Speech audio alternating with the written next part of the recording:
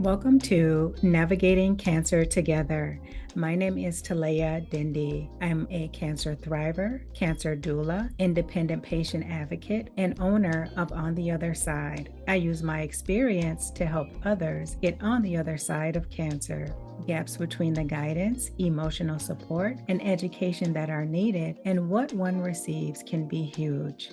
This podcast fills those gaps by sharing stories, resources, and information about all things related to cancer and wellness. I interview guests from all walks of life who are living with cancer, caregivers, and those who are thriving on the other side. Also, I talk with organizations, healthcare professionals, and experts in the health and wellness spaces who offer complementary and integrative care. Join me. We are in this together.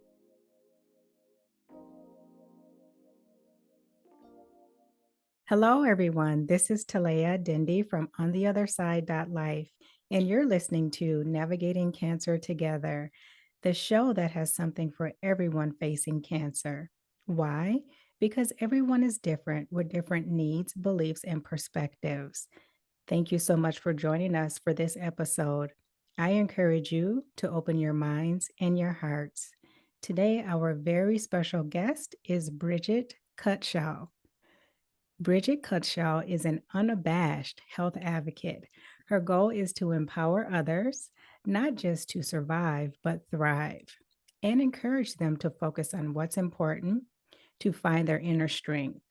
She is also the founder of Gemini Media, a creative enforcer, the host of Real Things Living podcast, and she has authored several books. Brigitte enjoys staying active with her family, dogs, and of course, running. Brigitte, thank you so much for joining us today and welcome. Thank you. I appreciate the opportunity to be on your podcast. Thank you, Brigitte. I'm happy to have you here.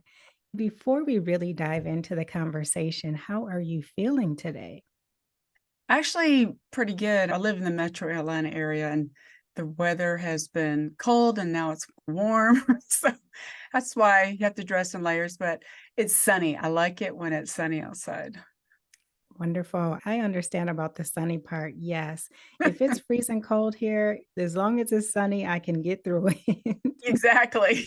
Yeah. Brigitte, we'll go ahead and get into the conversation.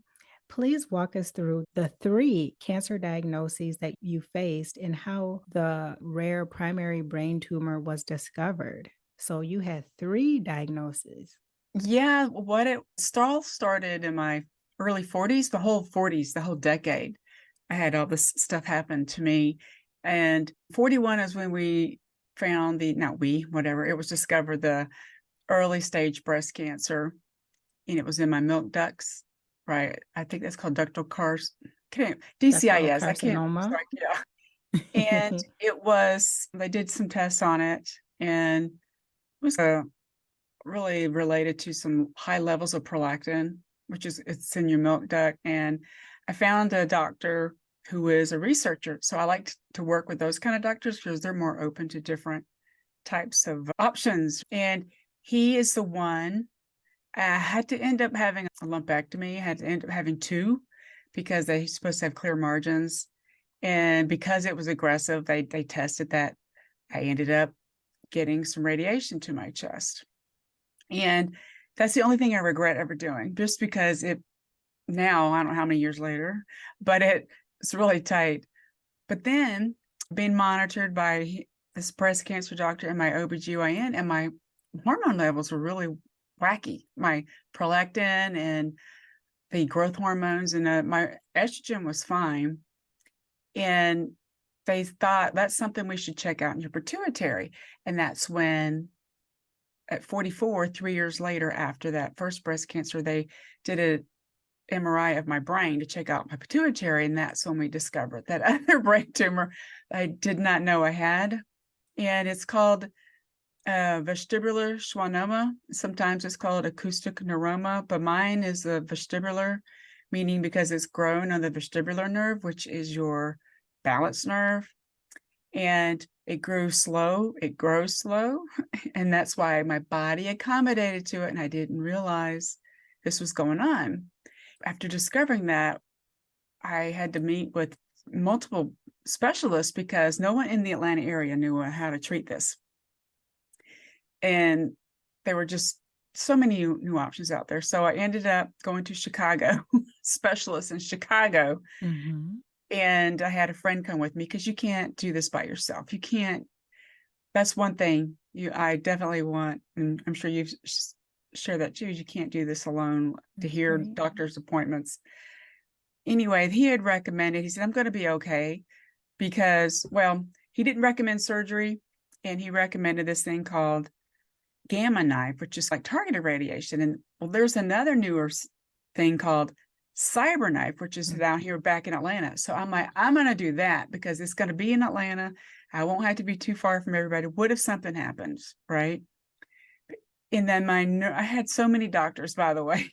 The neurosurgeon, he said as well, he would not recommend surgery because it was a very high risk of paralysis if we had surgery. How exciting was that? Exactly. Wow. Cyber knife is targeted radiation, but it's super more targeted than the gamma knife. And it's very new technology at the time, and the insurance decided to pay for it all. And that was good. The only downside of that was I was tired. Your body's just tired. And at that time, I was 44. And it did shrink. The goal was to kill it. It did shrink it some. But the problem was my hormones and my pituitary were just really weird. And the neurosurgeon believes that brain tumor I had, the one and the bigger one, is what's causing all this, putting pressure on my pituitary. So then we're like, okay, they try to get me on some medication. And all it did to lay baby hyper, right? I need that. I already have high metabolism. It made me hyper. I'm like, I don't need this. I'm like, this isn't right. But I did take it. It lowered my levels some, but not to a normal level. And I was like, yeah, I felt like I was on a lot of caffeine. Anyway, so then right before I was 48, it was a couple months before my 49th birthday, is when I discovered a lump in my armpit. Oh, I'm like, oh my gosh. I went to go see the doctor. I didn't wait. And he said it was not in my lymph nodes. I didn't know this, but you have a breast tail in your underarm. okay. Wow. And it grew there. So they removed it and they tested the lymph nodes on each side, and it wasn't showing up in the lymph nodes. But so they tested it. It's called the oncotype. And that's when they said, this thing is still aggressive. That's because we couldn't control my hormones. That's what's going on. And so I'm like, okay, great. It was aggressive. And the options were chemo. I ended up going with the chemo route because it was very aggressive. And the odds for chemo helping was very good. I never thought I would go that route. But we were also concerned about the brain tumor. What's it going to do to the brain tumor? Would it wake it up? So we had it all done, and it was okay. After the chemo, it took a while, right? Lose your hair and all that kind of stuff. And I got good compliments of my bald head, which is good. Yeah. And the brain tumor then started growing again. It wasn't a lot. So ended up my OBGYN, she recommended I get the Tdap booster shot, the tetanus booster shot, because they're repurposing that for brain tumors. I'm like, yeah, whatever. Go ahead, please. And that's what killed my brain. Isn't that hilarious? It killed the brain tumor. So I was open to that. I have scar tissue in the brain from, not a lot, but from the cyber knife. So if they ever had to go in, they would have to debulk it. And then the year after the chemo, that's when I got the third cancer. That was melanoma. Oh boy. Wow. And that's a side effect of chemo. Right. And I was really careful about sunscreen, but melanoma has nothing really to do, is my understanding, with sun exposure. I wore sunscreen. But second time around was really amazing. I didn't mention this, sorry. After I had the chemo, I did the double mastectomy, or actually before the chemo, on my 49th birthday. And I did it on purpose because I saw it as a new life. And that's how I saw it. And that was scary. I'm like, I am not dealing with this ever again. Because of the aggressiveness of it, it could come back. And now it's been 9 years. Good. Congratulations on 9 years. That's amazing and a blessing. You have been through a lot, Brigitte. 3 diagnoses of cancer. That is a lot. Yes. Please share with us how that impacted your mental health and how did you get through those tough times? I think the biggest thing, I was scared at first because my sons were younger. They were elementary and early middle school when the first cancer came. I didn't want to scare them. Mom's Yeah, going to be okay. They had to know what was going on though, that's right. because I had to heal. And it was scary, but I saw them as a beacon, is that I'm going to be there for them. I'm just open to talking to people, sharing this kind of stuff, because you got to connect and Mhm. talking to doctors who will listen to questions. That's right. And they're going to be the ones that'll be more open to different options. I've always liked running, and I went back into running again. I mean, I've always been a runner, but you had to take a break going through cancer treatment. Mhm. And that helped a lot. Just being outside in nature helped me a lot, and just being there for my family. And I also, in the middle of all that, I got certified in nutrition. Also, I didn't mention, I saw an epidemiologist who was a holistic epidemiologist, and he did all this stuff on me too, test me. Mhm. I always knew not to eat, I didn't want to eat dairy, and Mhm. that probably didn't help. And he discovered that I had a dairy issue. So I got their certified in nutrition. That helped me heal. It's part, what you eat is part of healing. Movement is part of healing, and resting. So I made sure I made time for that. And I did. Mhm. Writing was very helpful. You don't share all the bad stuff to people. It's not traumatic, but it just helps get the good thoughts out there. What good happened today? And that's what I would focus on. Wonderful. It sounds like you did what I highly recommend to my clients, and that's focus on other areas of your life that you can heal as well. So I love how you went to these different doctors. You focused on your writing, your eating. Another thing that I find so interesting is that we're taught at a young age to get dairy. And a lot of people, including myself, I didn't realize how that was impacting my body until later on. And now I Right. don't eat dairy, if at all, maybe a little cheese here and there, but that's it. And usually it's vegan, but dairy is not what we think it is. It really No, impacts a lot of people negatively. it does. And it's in every, especially processed food. If I see a label, to me, it's not really food. And Mhm, because it's in there as a thickening agent. And my issue is with casein protein, mhm. which is like the chunk in cottage cheese. And so I don't eat that. And so the doctor said, don't even have whey protein because it could be contaminated Oh, okay. with the casein. My body gets inflamed and my sinuses, I get body aches from it. Mucus. Yes. And that's what it Mhm, is. Yes. mhm. Yeah. Thank you for sharing that. Since you've had so much experience with the healthcare system, seeing different doctors, I think this is very important to ask. What was your experience like with the healthcare system while you were receiving care? And what advice do you have for others diagnosed with cancer who are trying to navigate the healthcare system? I was fairly lucky. I joke, if I can cuss on here, I'm a pain in the ass, because I would ask all the right questions. I'm like, I only do something that I'm willing to take a risk too, if it was going to help me. I was willing to do that. And I was fortunate that my doctor was able to convince one of the doctors that did this, convince Blue Cross Blue Shield to do this new treatment, because I didn't know what I was going to do if it was going to be disapproved, because it was new Mhm, technology.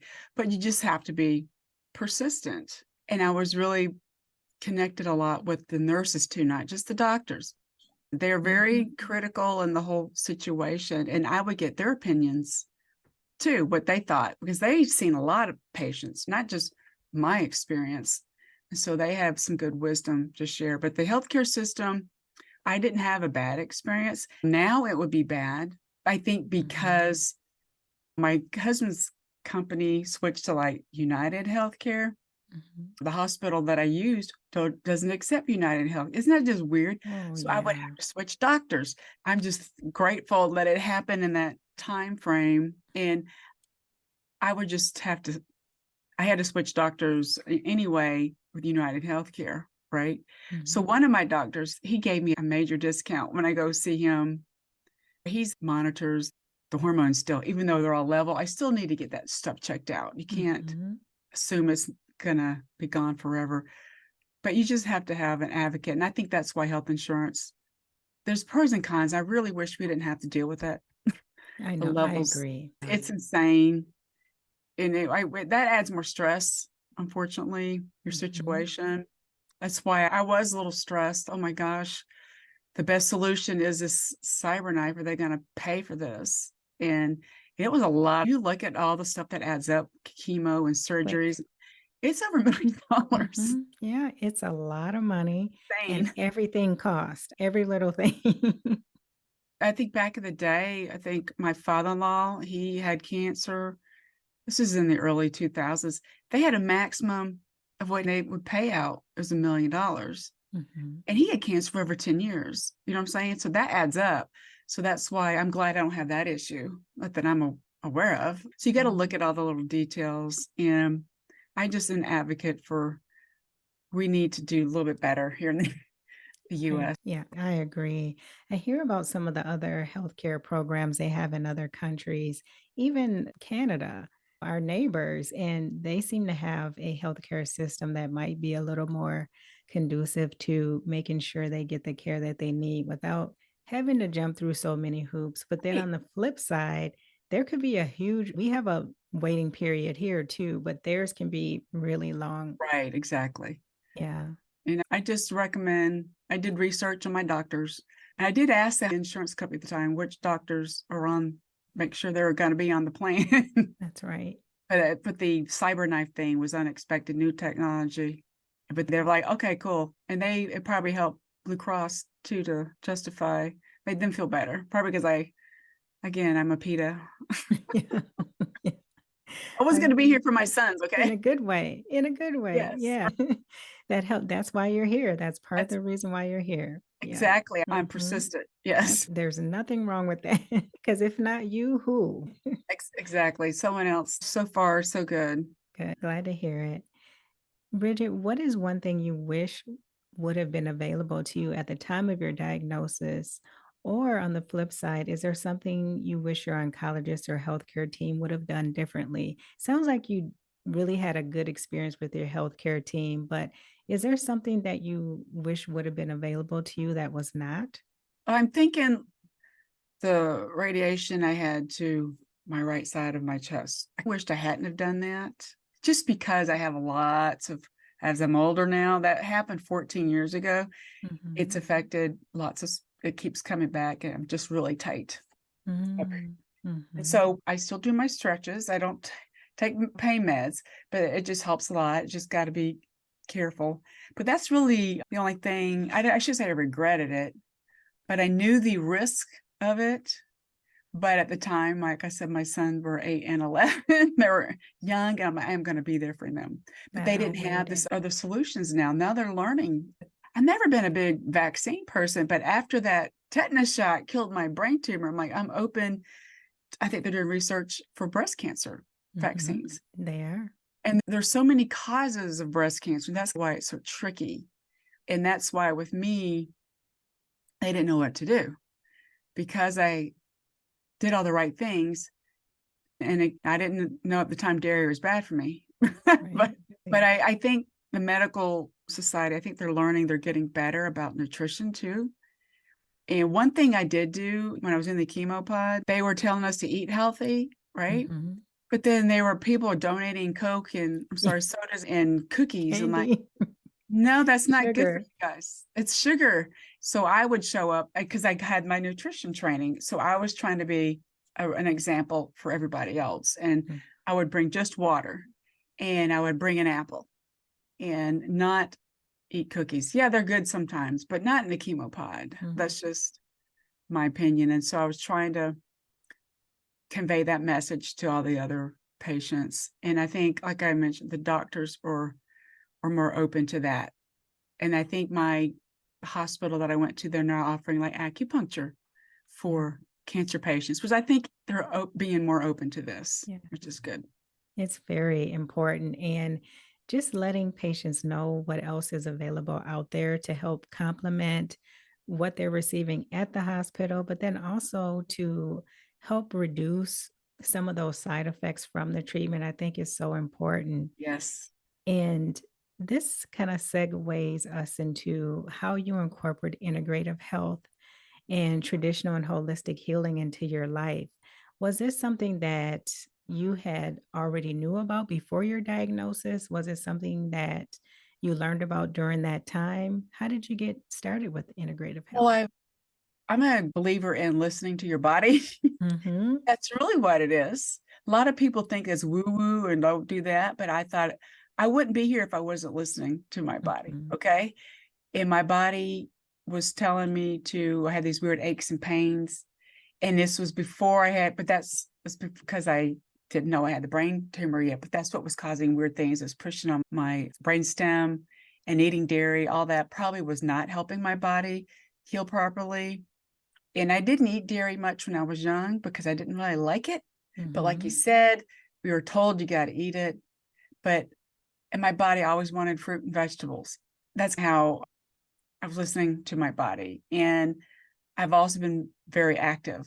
That's important. It's all connected. I knew deep down you got to eat right, Yeah. and you do have to do some movement. And I like running. I don't run every day, but it does help mentally, I think. It Mhm. can just be a simple walk, but just moving will help you. And then the proper rest. I learned a lot. I started doing yoga, by the way. I didn't mention this Okay. earlier. I started doing Nice. yoga after the first cancer. I knew about the resting part. It's not just sleeping, That's but right. it's just calming down. And I totally stay away from caffeine because that's not good for based on that holistic epidemiologist, caffeine's based on my metabolism is not good for me. Mhm. People don't realize what metabolism is, and that's what your thyroid That's right. They're all controls. connected. And I have enough of that energy in my body. I don't need more. My understanding just adds more stress to your body. What helped you stay focused on what's important to you? I think being around my family and having access to trails near my house, Mhm. it just would help you focus. Yes. And dogs, they help you be in the moment. I think that's important, and appreciate what you have and not what you wish you had. Right. Gratitude. Yes. And gratitude is so important. And I learned that from the yoga stuff I took, and just appreciate what you have. And I think I love, I like moving and running. And that's what I make sure I include. It's like I said, I don't run every day anymore. I'm 58 now. Okay. So, so I walk every day Yeah. and I run 3 times a week. And in between, I have to do what is it, Pilates. I don't lift weights because at my age, I don't like it anyway. I don't But like I it. understand you got to keep your Yeah, you gotta muscles keep your strong. muscles. Mhm. You got to mix it up, and Pilates is a really good way, and it's related to yoga. And I fell in love with Pilates when I was going to the YMCA as well. And I like that because you're in a class with other women. Mhm. Yoga, I do at home. It's totally different. Pilates, you're just building strength with your body weight. So you have a mix of different things that you do, which I think is really good. You got to mix up. And then I do write a lot still and read Okay. because it's so important. I've written 4 books. I just wrote another one that came out in June around my birthday. It's Mhm. called Move for You, because I want people to get up and do movement that they enjoy. Like, I can't tell you to go run, Mm. but some people like to ride bikes. Some people like to swim. I hike and walk and run. That's what I Right. like to do. And Mhm. I realize I've gotten older. That's why I started doing Pilates. You got to keep your core strong, regardless. Writing is, like I mentioned, it is therapeutic. I just like to write. You've got to continue using your brain, you know what I'm saying, to keep your brain active. Absolutely. Yeah. Bridget, what would you say are your 3 pillars of health? My 3 pillars of health is definitely movement, and that is also related to actually have bowel movements. Sorry, being funny. But it's true. That's important too. But Yeah. it does. You got to keep your body moving so your organs are moving, working properly. That's what I've learned. I was a coach, a USA track and field coach, and now I am a running coach with the Atlanta Track Club at my age, which is Nice. hilarious because people want to get into running so I can help them. But I've learned that I've always feel good after it. And I'm one of those people that those endorphins kick in. The second thing is definitely nutrition, what you eat. And you got to fuel yourself properly before you exercise too, but fuel yourself properly after. And like some people they're okay eating dairy. I cannot. You need to understand what you can tolerate and what you can't. I don't recommend to drink a lot of caffeine. I just don't, even if you can tolerate it. Some people I've seen drink caffeine before a run. Don't do that. And then the third thing is rest, which is definitely, you got to sleep. I'm one of those people that always need longer sleep than others. I need 9 hours. That's just how I am. And I function better on that. And resting means to not just sleep, but you also like to do yoga and just do some meditation and gratitude stuff. My favorite thing is to sit outside and look at the trees. And that's resting. It is. Yeah. As well. So those are my 3 things. Thank you for sharing those. And as you're talking, Bridget, throughout this whole conversation so far, there's a theme that comes up for me. And it's take the time to learn about your body and learn what works best for you because Correct. everyone is different. But all of those things that you mentioned are very important to good health. You just got to figure out what is right for you. Correct. And people are like, you got to go ride a bike. Number one, I used to ride them when I was younger, but now, even though the brain tumor is dead, my body has to still overcompensates. Okay. So it's not a good idea. I can do a stationary bike, but I'm more likely to fall. So I know not to do that anymore. And so you got to understand that. And you got to be careful. And I should say be careful, but be cognizant. Yes. And that's my body telling me, don't do that.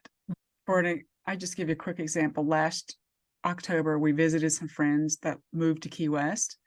It must be nice to go live in Key West. Yeah, right. So to go visit them, and we were going to do a bike ride. I couldn't properly. I had to be on a tandem bike with my husband because I couldn't. It's just because I have a hood on my head. It's hard. You got to wear a helmet. That's right. But that's something of the brain tumor that I have. I can swim though. Okay, Right? with no Because problem. there's no pressure.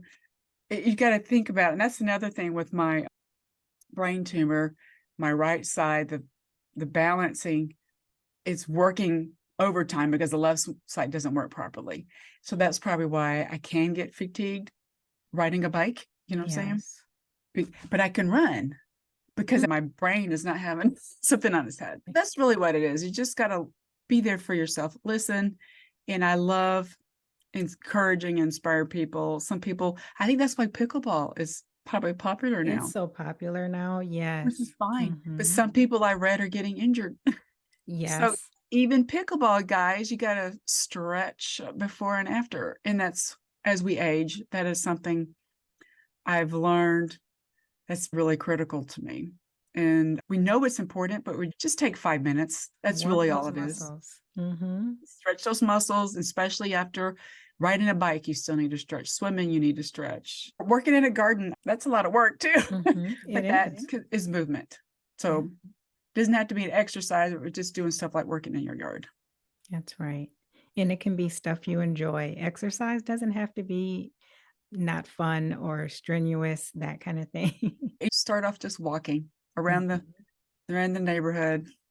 One thing that came to mind for me as you were talking about the brain cancer that you had, do you know or have your doctor shared with you that it could potentially lead to like dementia, Alzheimer's, anything like that? Is there any correlation that you know of? They believe what could happen to me is I could get hydrocephalus. It's because having that there can cause extra fluid in my brain.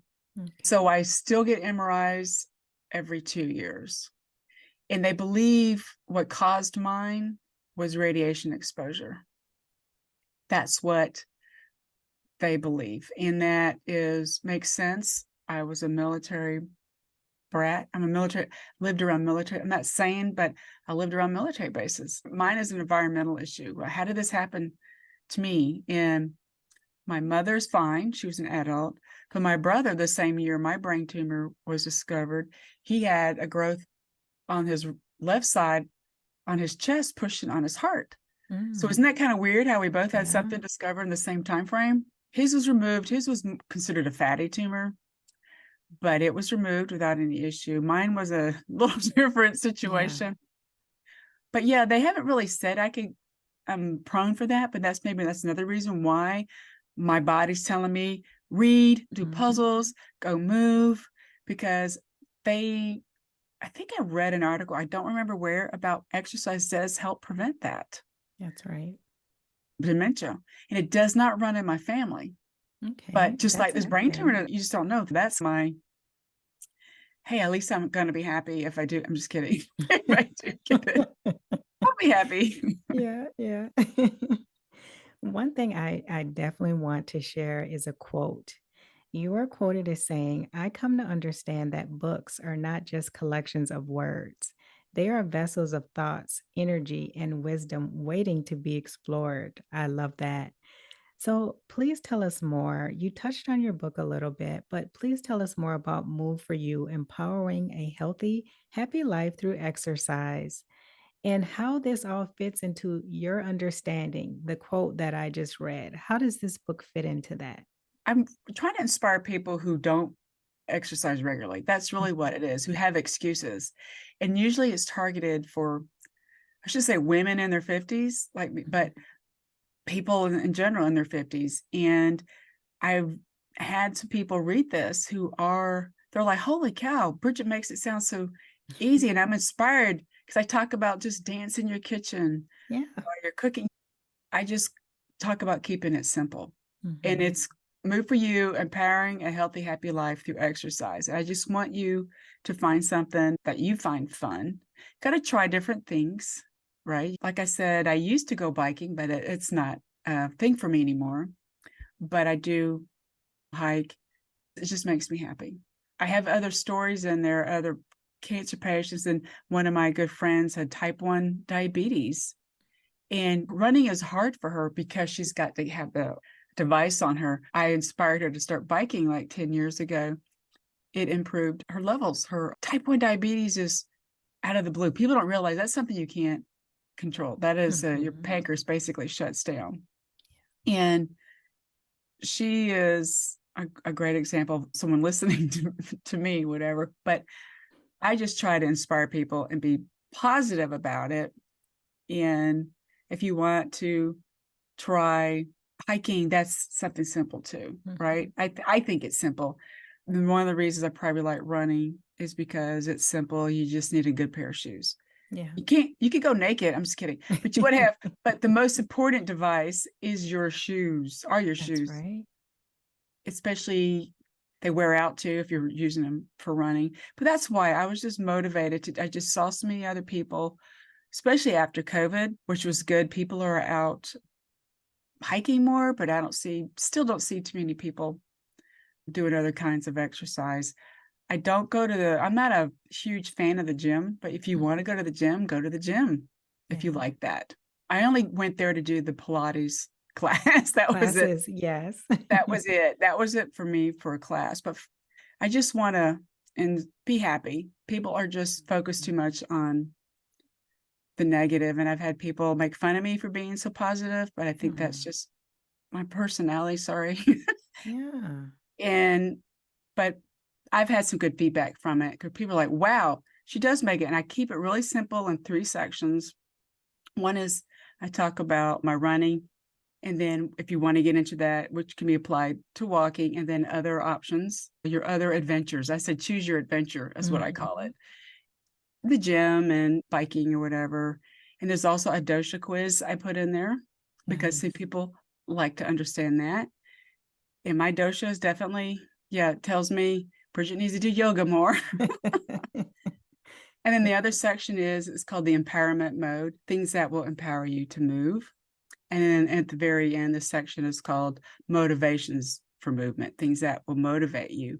And I try to keep it really simple. It's not a big, huge book, but people like the dosha quiz and they're like, oh, they never even thought about that. Mhm. It's how your body is. And I'm natural, like I mentioned, I have high energy already.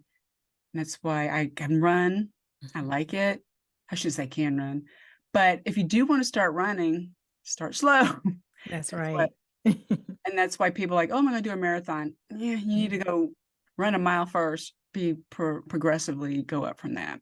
And that's really what it is. Just keep it simple as you Mhm. can. And that way you'll stick to it. There's some days the weather might be bad for running, and that's why I have an elliptical as an option in my basement. That's right. Use an elliptical because that is more like running than I am not a fan of treadmills just because your terrain doesn't change. But with an elliptical, you're putting pressure like you're going uphill. It's kind of hard to Yes. explain. I know exactly what you mean. And Like I with the treadmill, it's just the same all the time. yes, and I Yeah. find that boring. Yes. It's just Mhm. me.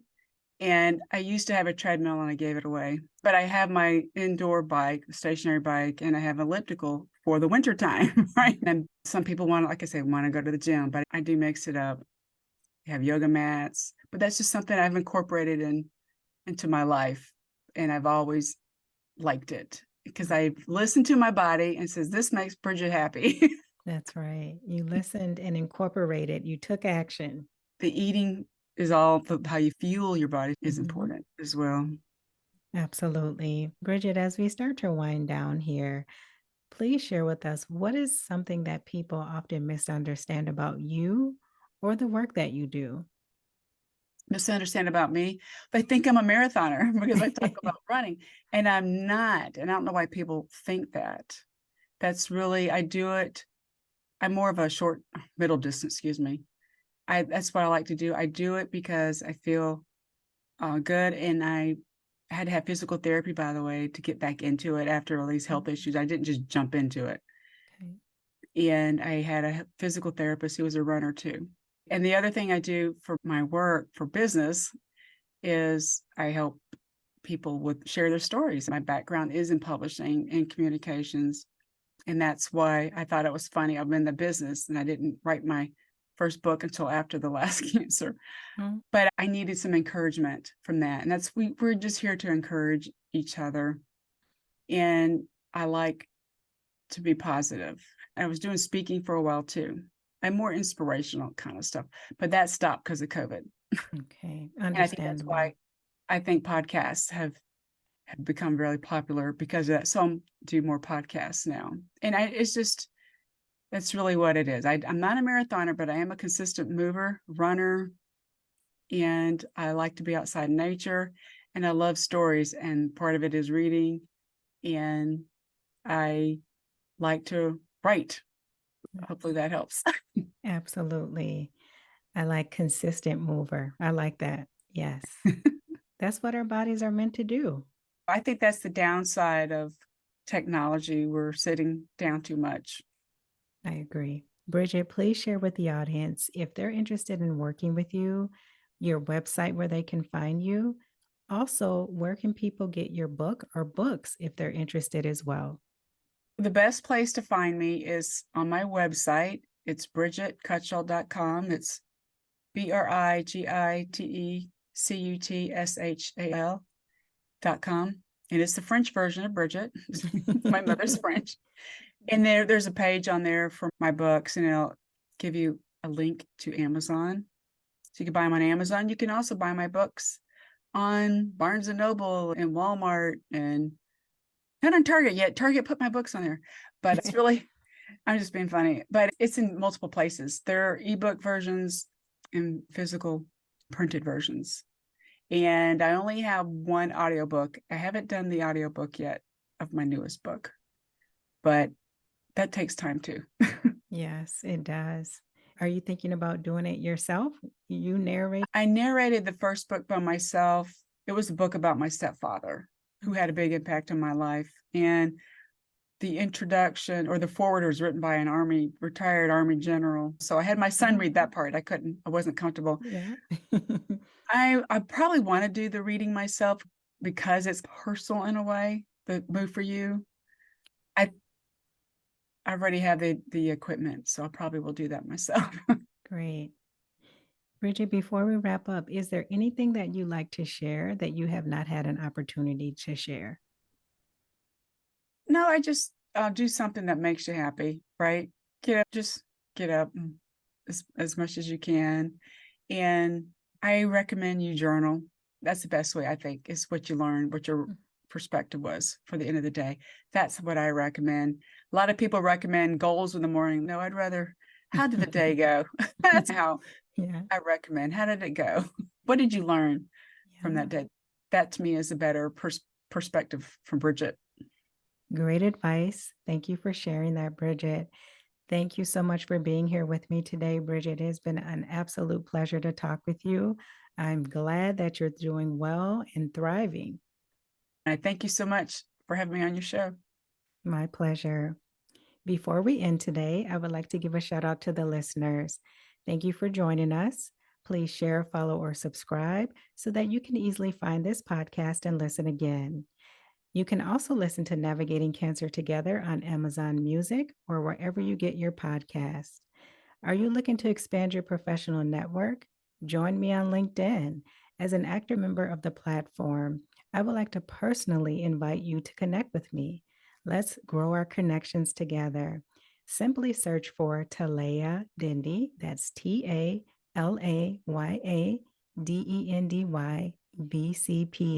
That is it for this Wednesday. And until next time, let's keep navigating cancer together. Take care.